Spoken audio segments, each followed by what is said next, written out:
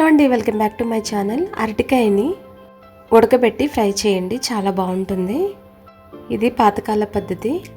రొటీన్గా పచ్చిది చేసుకునే కంటే ఈ విధంగా చేసుకుంటే చాలా బాగుంటుంది. ముందుగా 2 అరటికాయని తీసుకుని 2 పీసెస్గా కట్ చేసుకుని ఒకసారి బాగా కడుక్కొని వాటర్లో వేసి ఉడకబెట్టాలి.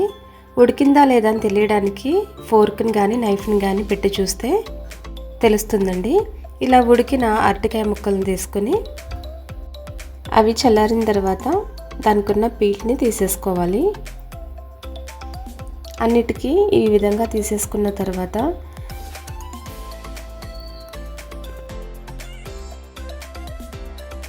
ఫింగర్స్ తోటే ఈ విధంగా స్మాష్ చేసేసుకోవచ్చండి. ఏమీ పప్పు గుత్తి కానీ ఏమీ అవసరం లేదు. జస్ట్ ఈ విధంగా ఒకసారి అంటే చాలు.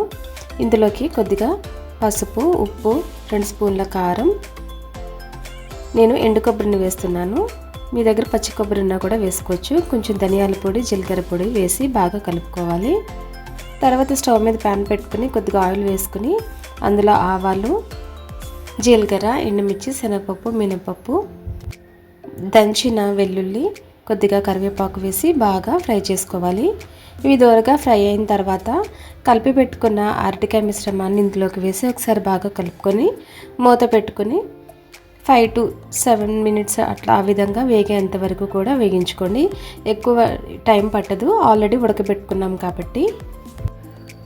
అంతటిని బాగా కలుపుకొని మూత పెట్టుకోవాలి. చూడండి, ఫ్రై అనేది రెడీ అయిపోయింది. ఒకసారి బాగా కలుపుకొని మూత పెట్టుకొని స్టవ్ ఆఫ్ చేసుకోవచ్చు. నార్మల్ ఫ్రై కంటే ఇది చాలా బాగుంటుంది. నెయ్యి వేసుకుని తింటే చాలా కమ్మగా ఉంటుంది. థ్యాంక్స్ ఫర్ వాచింగ్ అండి. Please subscribe my channel for more videos.